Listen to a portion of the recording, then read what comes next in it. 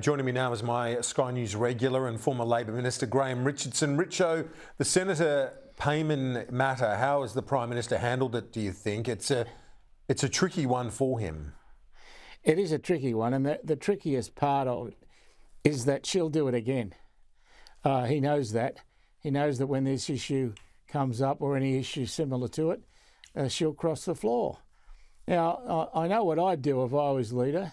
I'd boot her out, and she'd land 100 yards from the door if I'd finished with her.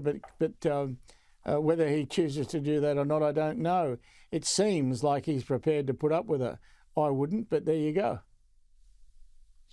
Well, she's been suspended indefinitely, though. A suspension is not an expulsion. There would be a lot in the party, though, who would be frustrated with this, given they've voted with party views and party policy on matters that they've disagreed vehemently. That's correct. There's plenty of people in the caucus. I did it once or twice myself. I voted for things I didn't believe in, but the caucus it had made a decision, and you go with the caucus. We've always had that rule. I mean, the Liberals say they don't have it, but they in reality do.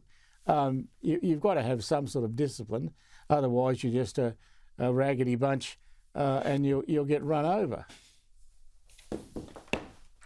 The news poll today's back to where it was essentially at the last election, Richo. There's been a lot of sound and fury, but we're back to where we kicked off.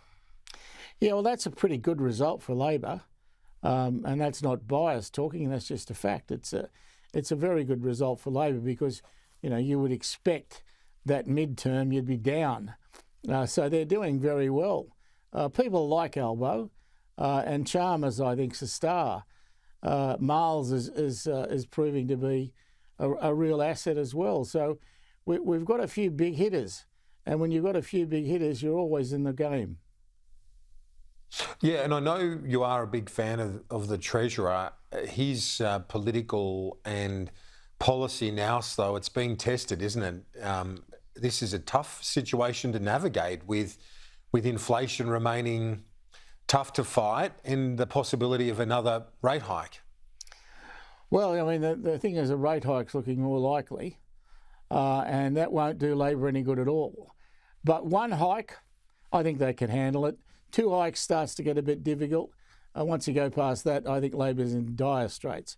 So I think they'll just be hoping that maybe they can get away with just one increase in the relatively near future.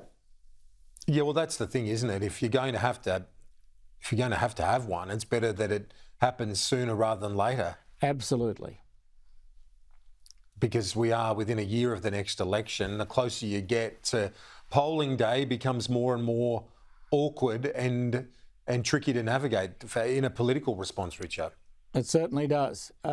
If you're going to have interest rate hikes, you want them a long, long way away from an election. And that's what Labor will be hoping to do. But of course, the truth is, in these things, we are really, I think, a prisoner of what happens in the rest of the world.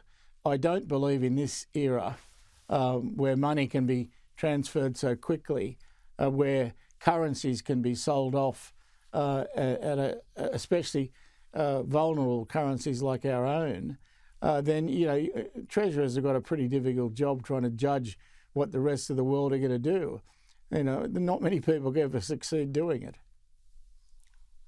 Yeah, but it is going to be one difficult path to walk. Richo, thank you. Appreciate it. We'll talk to you soon.